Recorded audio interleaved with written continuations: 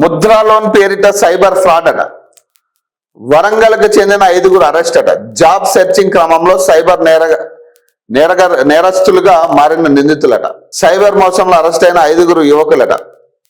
ముద్రా రుణాలు ఇప్పిస్తామని ఓ మహిళను మోసం చేసి ఉమ్మడి వరంగల్కు చెందిన 5గురిని హైదరాబాద్ సిసిఎస్ సైబర్ క్రైమ్ పోలీసులు బుధవారం అరెస్ట్ చేశారట.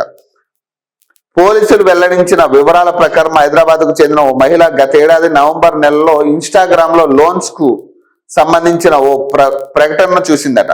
మరుసటి రోజు గుర్తు తెలియని వ్యక్తి ఫోన్ చేసి మీకు 3 లక్షల ముద్రా లోన్ మంజూరైందని ఆధార్ కార్డు వివరాలు పంపిస్తే రుణం నగదును మీ బ్యాంకు ఖాతాలో జమ చేస్తామని చెప్పాడట.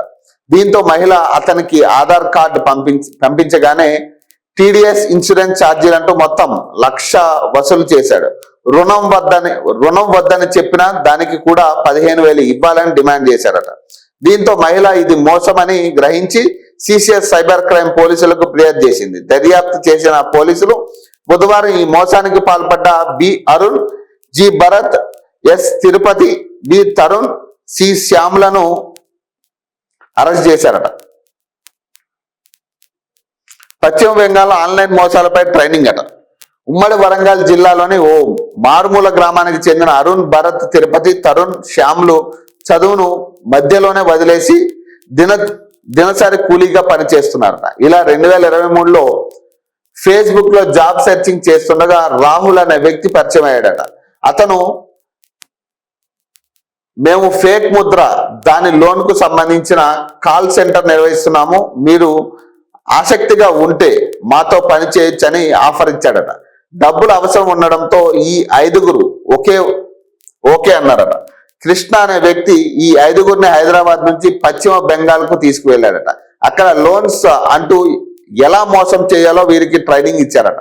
రాహుల్, కృష్ణ వీరికి తెలుగు రాష్ట్రాల ప్రజలకు సంబంధించి డేటాను ఇచ్చి వారితో ఫోన్లు చేయించి దాదాపు నెల రోజుల్లోనే 180 నుంచి 200 మందిని మోసగించి డబ్బులు దోచేశారట. ఇలా చేసినందుకు పశ్చిమ బెంగాల్కు చెందిన సైబర్ చీటర్ వీరికి 30% కమిషన్ ఇచ్చారట. తిరిగి హైదరాబాద్కు వచ్చిన తర్వాత ఈ 5గురు కలిసి సోషల్ మీడియా వేదికగా ముద్ర,